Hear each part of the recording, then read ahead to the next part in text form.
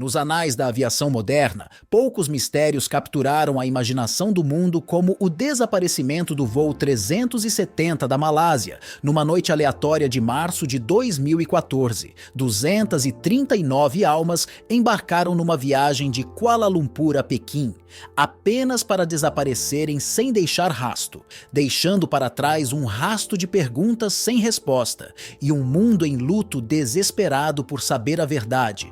No entanto, os cientistas finalmente fizeram uma descoberta inovadora sobre a localização atual deste plano misterioso, e esta descoberta mudará tudo o que sabemos sobre o avião desaparecido. Mas o que é exatamente esta descoberta incrível e por que é tão crucial? Junte-se a nós enquanto exploramos as últimas descobertas dos cientistas sobre o voo 370 da Malásia. Se você gosta desse tipo de conteúdo, inscreva-se em nosso canal. É grátis. Agora vamos começar. Algumas horas antes do desastre, em 7 de março de 2014, uma tripulação da Malaysian Airlines estava se preparando para um voo noturno do Aeroporto Internacional de Kuala Lumpur, na Malásia, para o Aeroporto Internacional de Pequim, na China. Apesar da partida tardia, esperava-se que o voo fosse tranquilo, com duração programada de apenas 5 horas e 34 minutos. Pousando em Pequim no meio da manhã do dia seguinte, o capitão foi o primeiro a chegar e fazer o check-in na sala da tripulação, Malaysian Airlines, às 22 horas e 50 minutos. Hora local, cerca de 25 minutos depois, o primeiro oficial juntou-se a ele. Este voo foi especial para o primeiro oficial, pois foi um voo de treinamento de transição do Airbus A300 e 30 para o Boeing 777. Seu treinamento tinha sido tranquilo até agora, e um voo bem-sucedido esta noite significaria uma recomendação para sua verificação final de linha por parte do capitão. Curiosamente, esta foi a primeira vez que estes dois pilotos voaram juntos, o que pode explicar por que o capitão chegou um pouco mais cedo do que o habitual. Os instrutores costumam fazer isso para revisar o histórico de um aluno em busca de áreas que precisam de atenção especial. Assim que o oficial do capitão fez o check-in, os dois pilotos iniciaram seu briefing pré-voo. Tudo parecia rotineiro. O clima em Kuala Lumpur era agradável, dominado por um sistema subtropical de alta pressão sobre a Tailândia, e as condições em Pequim pareciam igualmente boas. A única preocupação era uma forte corrente de jato a cerca de 2/3 do caminho até o destino, o que poderia causar alguma turbulência, além do voo parecer simples. Não houve avisos AOS aviadores que pudessem afetar sua rota. Então os pilotos se concentraram sua atenção no plano de voo com confiança. Logo a camaradagem entre os dois começou a crescer. O capitão ofereceu conselhos e compartilhou histórias de sua experiência. Eles conversaram sobre as possíveis turbulências e concordaram em como lidar com elas caso elas surgissem. Uma vez concluído o briefing pré-voo, os pilotos sentiram-se preparados e confiantes para a viagem que tinham pela frente. Eles dirigiram-se para o avião, prontos para embarcar no que acreditavam ser um voo rotineiro e sem intercorrências para Pequim. À medida que repassavam os detalhes, o entusiasmo do primeiro oficial pela próxima avaliação final misturou-se ao calmo profissionalismo do capitão. Apesar de alguns desafios potenciais, eles sabiam que estavam bem preparados para a jornada que tinham pela frente. A corrente de jato poderia trazer alguma turbulência, mas com tempo claro em ambas as extremidades e um plano de voo sólido, eles se sentiam prontos para enfrentar o céu noturno. Com tudo em ordem, os pilotos concluíram as verificações, prontos para embarcar no que parecia ser um voo de rotina para Pequim. Os pilotos tiveram 2 aeroportos alternativos. Após considerarem ambas as opções, decidiram por uma carga final de combustível de 49.100 litros. Esta quantidade foi ideal para o voo. Nem muito nem pouco, e proporcionou aproximadamente 7 horas e 31 minutos de autonomia. 2 horas a mais que o tempo de voo planejado. Esse combustível adicional logo se mostraria crucial em nossa história. Curiosamente, o capitão era um homem experiente de 53 anos, com uma impressionante carreira de 33 anos na Malaysia Airlines. Era casado, tinha 3 filhos e era um membro ativo da comunidade. Em seu tempo livre, ele participava de um partido de oposição local, ajudava a entregar comida a AOS idosos e gostava de mexer em eletrodomésticos. Ele estava financeiramente estável e saudável. Ele era visto como uma figura confiável e respeitada em sua comunidade. Sua carreira na aviação começou em 1981, quando ingressou em um programa patrocinado pela Malaysian Airlines. Depois de completar seu treinamento, ele começou a voar para a companhia aérea em 1983. Ele subiu lentamente na hierarquia, começando com o F-27 e depois passando para o 737-00 e o Airbus A300. Seu primeiro comando foi no Fuer 50, seguido pelo 737-400 e pelo Airbus A330. Em 22 de setembro de 1998, recebeu o comando do Boeing 777, que continuou operando até este voo. Seu histórico estelar e antiguidade eventualmente o levaram a se tornar instrutor e examinador de qualificação de tipo no 777. No dia deste voo, ele havia acumulado mais de 18.400 horas de voo, 8.659 delas no Boeing 777. O primeiro oficial, um piloto solteiro de 27 anos, teve uma carreira impressionante, mas relativamente curta. Ele ingressou na Malaysian Airlines como cadete em 2008 e começou sua jornada pilotando o Boeing 737-400. Em 2012, fez a transição para a frota Airbus A330 e em novembro de 2013, poucos meses antes deste fatídico voo, mudou para o Boeing 777. Este voo foi parte essencial da sua formação contínua, embora tivesse acumulado mais de 2.800 horas de voo. Apenas 39 delas estavam no Boeing 777. O relatório final observou que ele era querido, financeiramente estável e não havia passado por mudanças significativas em sua vida recentemente. Apesar da grande diferença de experiência e antiguidade entre o capitão e o primeiro oficial, não havia sinais de tensão. A vasta experiência do capitão contrastava fortemente com a relativa novidade do primeiro oficial. Criaram um gradiente de potência perceptível na cabine, mas suas interações foram profissionais e cordiais. O relatório destacou que ambos os pilotos receberam mais descanso do que o necessário antes do voo, o que garantiu que estivessem bem descansados e alertas, além de que suas licenças e atestados médicos estivessem ativos até o momento. O desaparecimento e busca do voo 370, o desaparecimento do voo 370 da Malásia, em 8 de março de 2014, continua sendo um dos mistérios da aviação mais desconcertantes da história. O voo com 239 pessoas decolou do Aeroporto Internacional de Kuala Lumpur às 0h41, horário local, retornando a Pequim. Tudo inicialmente parecia normal quando o avião atingiu sua altitude de cruzeiro de 35 mil pés a 1 hora. No entanto, às 1h07, o sistema de endereçamento e relatório de comunicações da aeronave responsável pela transmissão dos dados de desempenho enviou sua mensagem final. Pouco depois, às 1h21, o transponder que comunica a localização do avião ao controle de tráfego aéreo foi desligado quando o avião entrou no espaço aéreo vietnamita. Esta misteriosa cadeia de eventos continuou. A comunicação de voz final da cabine ocorreu às 1h19, quando um dos pilotos disse calmamente: "Boa noite à Malásia 370. Depois disso, o avião desapareceu das telas dos radares civis, embora tenha permanecido rastreado pelo radar militar da Malásia até 2h22. O avião fez uma curva acentuada através da Península Malaia e voou para noroeste. O último contato de radar militar foi registrado no Mar de Andamão. Apesar de ter desaparecido dos radares convencionais, a busca pelo voo 370 tornou-se mais complexa.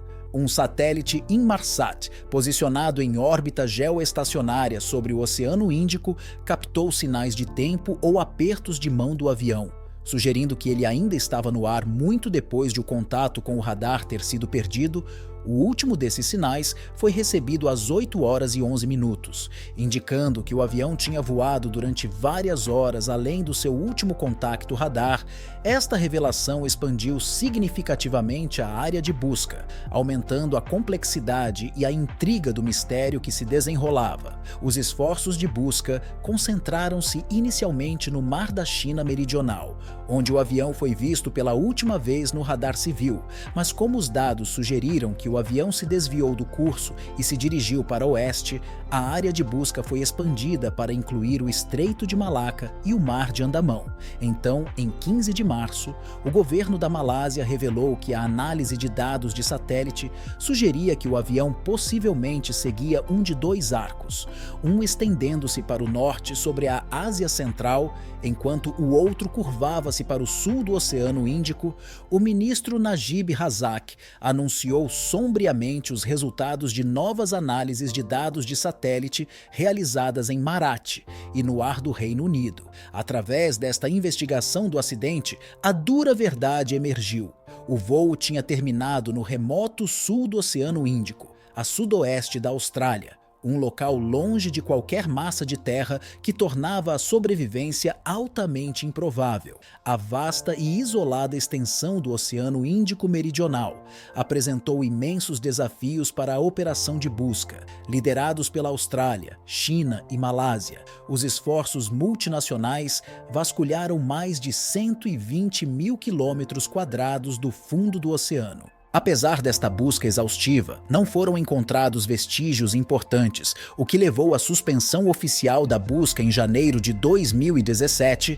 Esta suspensão foi um golpe devastador para as famílias dos passageiros e tripulantes que se agarravam à esperança de um encerramento e de respostas. Em janeiro de 2018, surgiu um raio de esperança quando o governo da Malásia recorreu aos serviços da Ocean Infinity, uma empresa privada, para retomar a busca. Não encontrando nada e de graça, a Ocean Infinity usou drones subaquáticos avançados para escanear meticulosamente uma vasta extensão do fundo do oceano que antes permanecia inexplorada. Apesar da tecnologia de ponta e dos esforços exaustivos, esta busca também foi concluída em maio de 2018 sem qualquer progresso. O desaparecimento do voo 370 da Malásia continua a confundir especialistas e entusiastas da aviação. Permanecendo um dos mistérios mais duradouros da história do voo, diversas teorias surgiram para explicar seu desaparecimento, desde falhas técnicas até possibilidades sinistras como sequestro ou mesmo suicídio de piloto. Após o desaparecimento, o governo chinês realizou extensas verificações de antecedentes dos cidadãos chineses a bordo do voo e não encontrou provas que os ligassem ao terrorismo ou a qualquer atividade violenta. Este trágico incidente levou a mudanças significativas na segurança da aviação e nos protocolos de rastreio, levando a melhorias nos sistemas de comunicação de aeronaves e na implementação de relatórios obrigatórios de posições de aeronaves, especialmente em regiões remotas. A busca pelo voo 370 foi sem precedentes na escala e no custo envolvido em inúmeros recursos, tanto financeiros como humanos, custando centenas de milhões de dólares e a participação de numerosos países e organizações. O uso do protocolo WSPR em 2008, um astrofísico americano chamado Joseph Hutton Taylor Jr. começou a trabalhar em um projeto fascinante chamado Sinal Fraco, um protocolo de repórter de propagação, ou WSPR, para abreviar. Taylor, que ganhou o Prêmio Nobel de Física em 1993 por seu trabalho sobre pulsares, também era um entusiasta do rádio amador, da WSPR. É um protocolo desenvolvido para transmissões de rádio de baixa potência que estuda como esses sinais percorrem longas distâncias em baixas potências, médias e altas frequências. Taylor desenvolveu um software de computador para analisar esses sinais, o que foi particularmente intrigante para os rádios amadores, pois esses sinais atravessam grandes distâncias e ocasionalmente se dispersam quando encontram obstáculos, causando pequenas anomalias na intensidade do sinal. Às vezes, essas anomalias podem ser usadas para melhorar a recepção geral. Uma das principais características do protocolo do WSPR é que ele gravou dados de recepção para milhares desses sinais em um banco de dados compartilhado que remonta a 2008. É importante notar que Taylor nunca pretendeu que o WSPR fosse usado para rastrear aeronaves. Nem acreditou que seria, no entanto, possível. Em 2021, um engenheiro de sistemas aviônicos chamado Richard Godfrey começou a explorar a ideia de usar o banco de dados WSPR, combinado com algoritmos, para procurar anomalias em múltiplas transmissões simultâneas.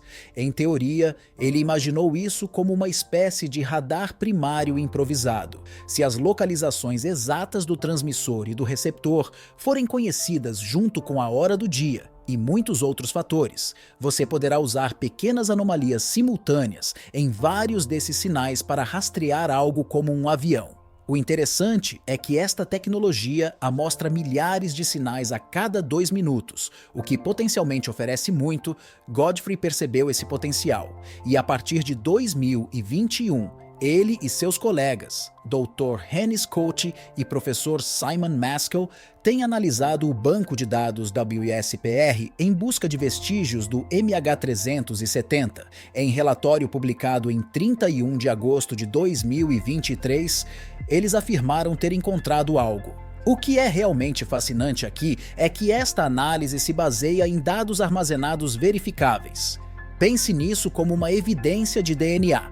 No início, o DNA não era muito útil, mas com o tempo tornou-se incrivelmente preciso e inestimável. Da mesma forma, pode haver ideias escondidas nestes sinais de rádio. Os dados da equipe melhoraram significativamente desde as descobertas iniciais, graças à evolução dos algoritmos. O seu último relatório oferece uma narrativa cativante. Inicialmente, os dados do WSPR combinavam bem com as informações do radar existentes até pouco antes do último sinal do avião. Neste ponto, os dados indicaram que a aeronave virou na direção mais oeste. Após esta curva, a trajetória da aeronave era paralela à trajetória assumida, mas num rumo um pouco mais para sul. Esta discrepância poderia ser devida à imprecisão inerente da tecnologia ou do radar, especialmente porque o radar estava operando no limite do seu alcance efetivo. A trajetória do WSPR continuou para noroeste, interceptando o arco do primeiro aperto de mão em Marat, precisamente às 2 horas, 28 minutos e 15 segundos da manhã.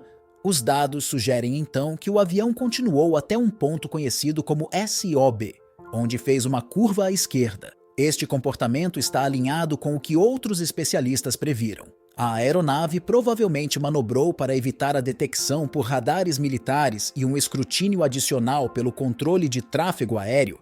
É importante destacar alguns pontos-chave. Os dados do WSPR não indicam um caminho direto para o sul do Oceano Índico. Em vez disso, revela uma série de curvas, cada uma direcionada para um ponto existente, mas nunca seguindo a mesma via aérea. Este padrão sugere que a aeronave ainda estava sendo pilotada ativamente, evitando cuidadosamente as rotas aéreas estabelecidas para evitar potenciais conflitos de tráfego. Lembre-se de que a aeronave não estaria visível no sistema anticolisão, nem a pessoa que a pilotava poderia ver outro tráfego se o objetivo fosse evitar a detecção. Esse tipo de comportamento faz muito sentido. Isso tornaria muito difícil prever o destino final da aeronave, mesmo que estivesse sendo parcialmente monitorada. Os dados do WSPR também revelaram que o avião pareceu desacelerar durante 2 intervalos diferentes de seus voos irregulares em direção ao sul, sugerindo possíveis subidas. No entanto, o que realmente me fascinou foi como os dados do WSPR combinavam quase perfeitamente com os 7 arcos mencionados acima, que são dados universalmente aceitos.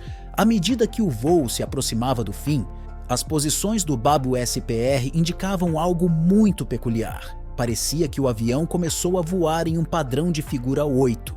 Isso teria acontecido no momento em que se esperava que o avião estivesse ficando sem combustível. O sistema de compensação por radar do Boeing 777 foi projetado para lidar com empuxo assimétrico após falha do motor, o que significa que a aeronave não realizaria tal manobra por conta própria. Portanto, se esse padrão realmente voou, deve ter havido um ato deliberado por parte de quem controlava a aeronave. Especular por que alguém faria isso é um desafio, mas naquela hora já seria dia na região e o tempo estava claro. Esta manobra pode ter sido realizada para procurar navios próximos, garantindo que o local de descanso final da aeronave não fosse facilmente detectado. Dados estabelecidos sugeriram que a aeronave pode ter estado em uma descida muito íngreme durante o aperto de mão final, possivelmente tão rápido quanto 14.500 pés por minuto. Contudo, esta descida íngreme não significa necessariamente que a aeronave simplesmente mergulhou diretamente no mar. Esta análise de dados WSPR se alinha com os apertos de mão da Inmarsat. O excelente relatório do capitão Bell e Jean-Luc Mion introduz uma possibilidade fascinante. O motor direito do avião poderia ter desligado por falta de combustível, o que poderia ter levado o responsável a ligar a unidade de energia auxiliar e abrir a válvula de enchimento cruzado para aproveitar ao máximo o combustível restante. Curiosamente, o tubo vertical do APU fica um pouco mais baixo no tanque do que os motores, permitindo acesso a mais combustível. O responsável poderia ter desligado manualmente o motor restante para maximizar o uso do APU.